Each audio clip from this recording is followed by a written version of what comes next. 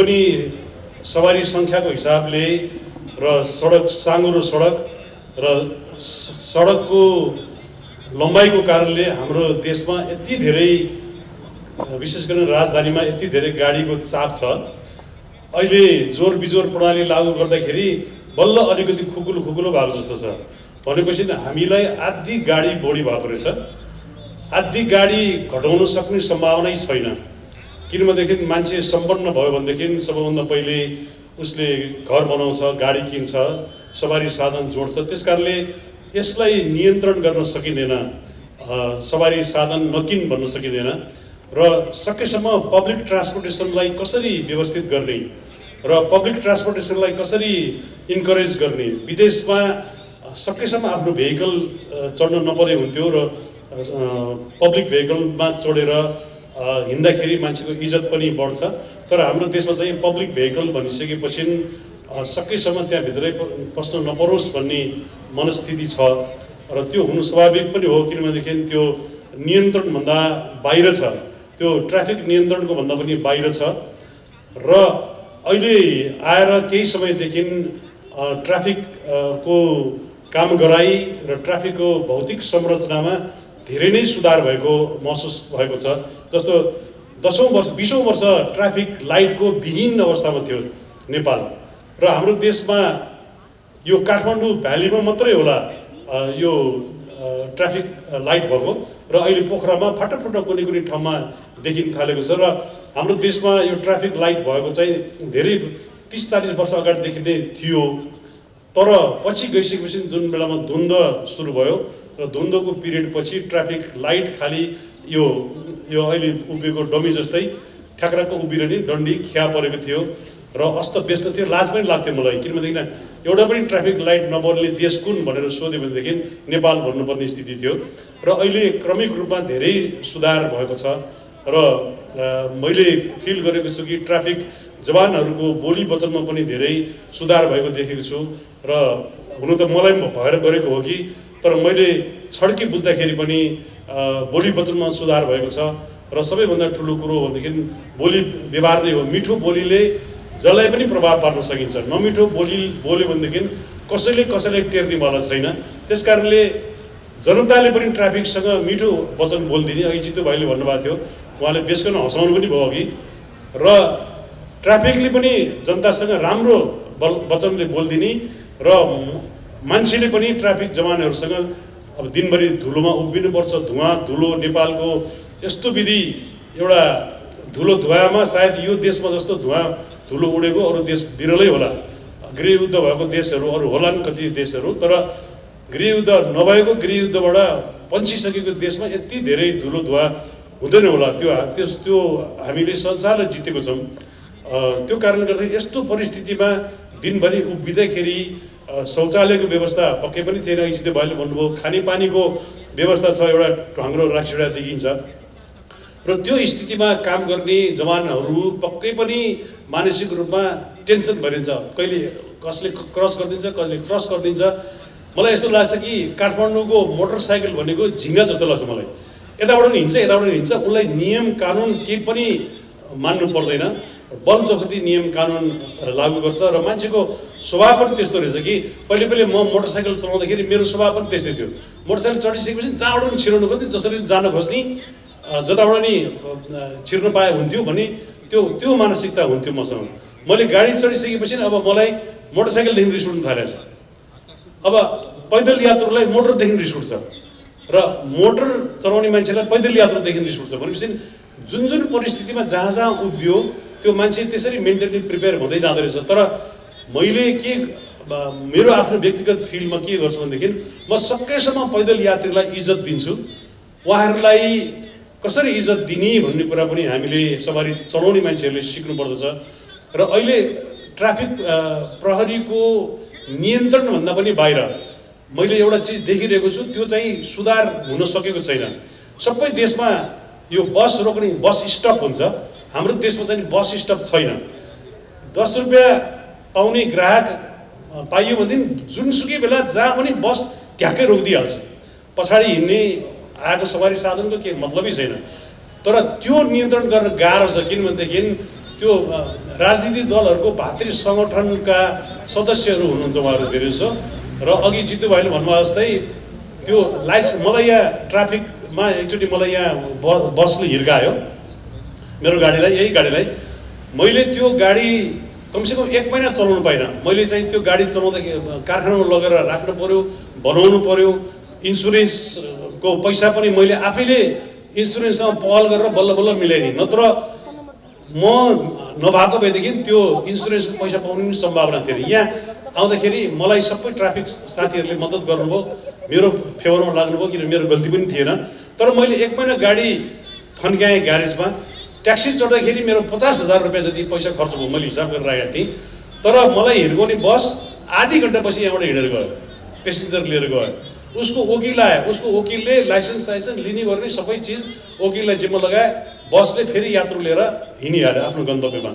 भनिसकेपछि यो भातृ सङ्गठनबाट कसरी खोज्ने, यिनीहरूलाई कसरी निष्क्रिय बनाउने र यो गर्नको लागि पोलिटिकल्ली पहल कसरी गर्ने कि यो चिजमा हामी यात्रु पनि मर्कामा छन्, ट्राफिक प्रहरीलाई पनि यो रोक्नलाई हम्मे परेको छ भन्ने एउटा कुरा चाहिँ यो राजनीतिक पक्षमा नै यहाँहरूले पहल गरेर त्यो चिजलाई नियन्त्रण गर्नु जरुरी छ।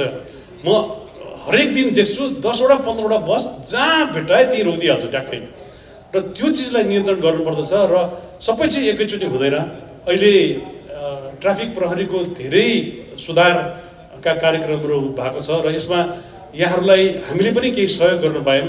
यहाँहरूले हामीलाई सहयोग गर्न जुन अनुरोध गर्नुभयो त्यसलाई हृदयदेखि हामीले स्वागत गरेर हामीले नगरे कसले गर्ने त, यो अभियानलाई हामीले सपोर्ट नगरे कसले गर्ने त भन्ने मनमा लाग्यो। र यहाँहरूको जुनसुकै अभियान होस्, जस्तोसुकै अभियान होस्, हामीलाई सम्झिनुभयो भनेदेखि हामीले यत्रो वर्ष 40-45 वर्षसम्म यो आफ्नो क्षेत्रमा गरेको कामको केही सानो नाम हामीले राख्न सकेको छौँ। त्यो नाम यस्तै सामाजिक काममा हामी प्रयोग गर्न सकौँ। यहाँहरूले हामीलाई सम्झिनुभयो, हामीले यहाँहरूलाई सहयोग गर्न सक्यौँ। म यहाँहरूप्रति धेरै धेरै आभार व्यक्त गर्दै यो अभियानमा सहभागी हुनुहुने सम्पूर्ण अभियन्ताहरूलाई म हृदयदेखि धन्यवाद ज्ञापन गर्छु। ट्राफिकले नगरेको धेरै दुर्घटनाहरू हुन्थ्यो, धेरै मान्छेहरू मर्थे, त्यसबाट बचेको छ। यो कुरा पनि जरुरी नै छैन। अब नयाँ यो ल्याइएको छ, डमीहरू राखेर साङ्गीतिक प्रोग्रामहरू दिने अत्यन्त राम्रो काम भएको छ। यसले गरेर धेरै सतर्क गराउँछ। फेरि त्यो त्यहाँ गएर केही बेर ट्राफिक सेन्टरमा कुरिरहनु पर्दा यो साङ्गीतिक रूपमा सन्देशहरू दिँदाखेरि एक किसिमको रमाइलो पनि भइरहन्छ, मेसेज पनि गइरहन्छ। त्यसले राम्रो काम गरिरहन्छ।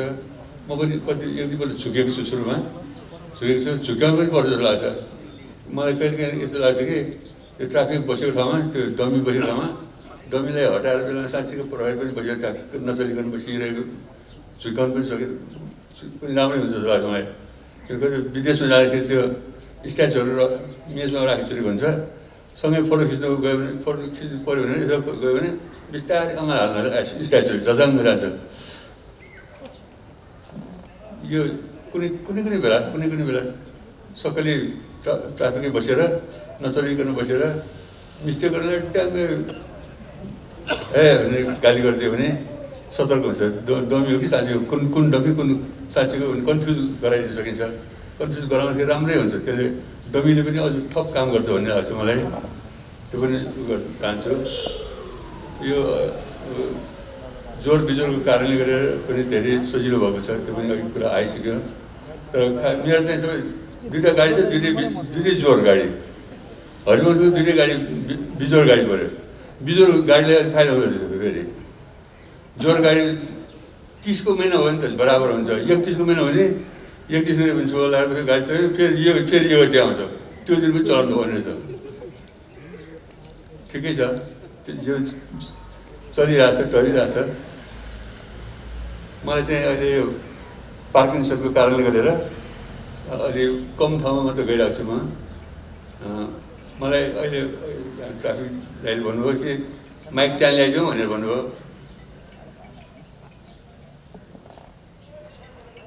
माइक त्यहाँ ल्याइदिउँ कि भनेर भन्नुभयो। त्यति बिरामी छैन, म त्यहीँ आउँछु भनेर भने मैले पार्किन्सनको कारणले गरेर मलाई अहिले गाह्रो छ। बोल्दाखेरि पनि मलाई कहिले काहीँ शब्दहरू दोहोरिन्छ। शब्द यो कान लाग कि बस भने यसो दोहोरेको हुन्छ, कहिले छिटो बोलेको हुन्छु, कहिले बिस्तारै बोल्छु, कहिले अड्किन्छ, त्यस्तो प्रब्लम छ मलाई। तर फटाफट हिँड्न सक्छु, फेरि फटाफट हिँड्दाखेरि केही प्रब्लम छैन। अनि जब आधा पाइला एक पाइला सानो पऱ्यो कि खुट्टा त्यो दिमागले कुन खुट्टा चलाउने त्यो कन्फ्युज हुँदो रहेछ, बडा अप्ठ्यारो खालको छ मलाई पार्किन्सनको। तर मैले पेलिरहेको छु, मलाई डक्टरहरूले राम्रो कोअपरेट गरेको छ। औषधि व्यायाम अनेक गरेर सबै काम चाहिँ गरिरहेको छु। म मिलेर हरिवंशसँग काम गरेको हुनाले म सक्रिय हुन सकिरहेको छु। मिलेर काम गर्दाखेरिको स्वाद बेग्लै हुँदो रहेछ, जसले धेरै समयसम्म काम गर्न सकिने अवस्था बन्दो रहेछ। त्यही सबैजना मिलेर काम गरौँ, ट्राफिकहरू अझ सक्रिय भएर आउँछ।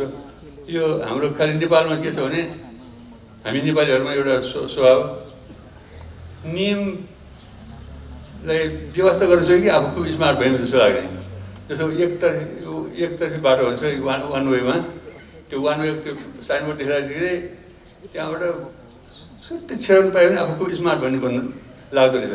तर विदेशमा फरक छ। विदेशमा नियमको पालना गऱ्यो भने म नियमको पालना गरेको मान्छे भनेर गर्व गर्छन्। यहाँ चाहिँ नियमलाई बिगार्न सक्यो भने आफू खुब स्मार्ट रहेछ, चलाक रहेछु भने त्यस्तो स्वभाव छ। जस्तो मैले अमेरिका जाँदाखेरि ठाउँ देखाएको छु।